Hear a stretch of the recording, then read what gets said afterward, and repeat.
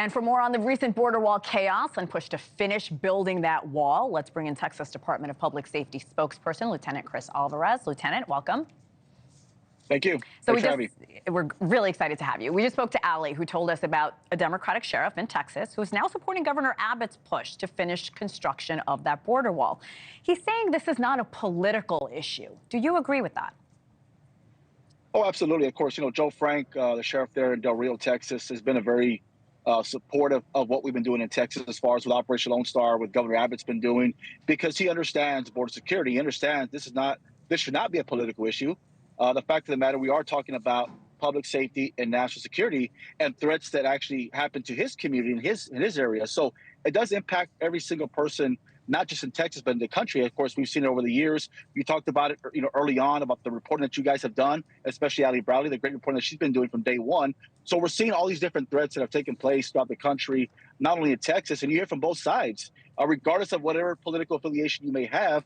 The fact of the matter is this is truly about public safety and national security. We do got to have some type of infrastructure in place to complement also having boots on the ground, more manpower and technology, which would act as a force multiplier so we can stop some of those bad actors that want to come into the country. We're talking about gotaways, criminals, gangs, transnational criminal organizations, those that want to cause harm. We want to stop them. That's why it's important to have some type of infrastructure along the border.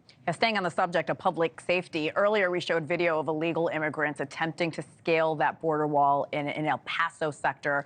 The Texas DPS says they threw rocks, they threw sand, they threw water bottles at responding agents.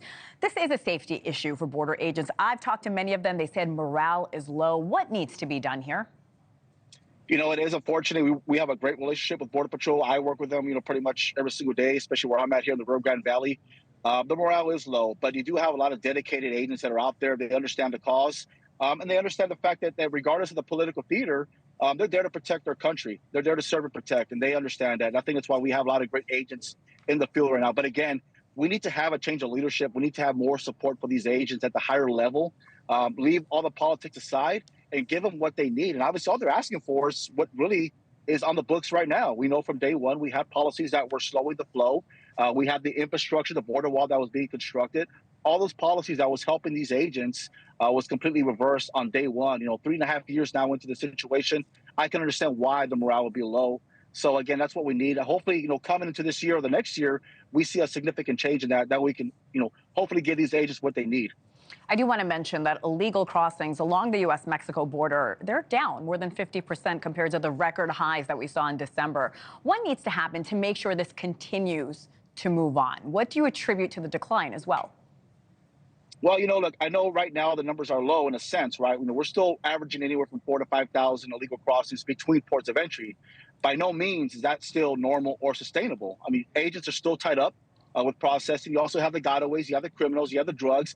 That has not changed. Human smuggling, that has not changed at all whatsoever. So I don't want the American people to have this perception that there's nothing to see anymore because numbers are down. Because, in fact, yes, numbers are down from what they used to be, but also we have to look at the politics, right? This is a political year on both sides in Mexico and also in the United States. So it's unfortunate right now politics is playing a role in this, and I think it does have some reason why we're seeing that flow or that slow of the numbers, because obviously it does reflect negatively on whoever is running for office and whatever political views, because obviously people don't want to see these large groups coming across. So I think that has something to do with it. But also in Texas, I mean, we've been placing barriers along the river. We're making arrests. We're constructing our own border wall, over 40 miles of border wall right now. So we're making it much more harder to enter into the state of Texas illegally. We want to make it less desirable. That's why we're seeing that shift now towards the west, San Diego, Arizona. Now they're seeing an influx. But again, I don't want the American people to have this perception that there's nothing to see anymore, because we do have a border issue. Also, not just large groups that are coming across, but the criminals that are coming across as well. Let's talk about that, because you joined us last month for News. Thanks so much for watching. Go to joinnn.com to find NewsNation on your television provider. And don't forget to click the red subscribe button below to get more of NewsNation's fact-driven, unbiased coverage.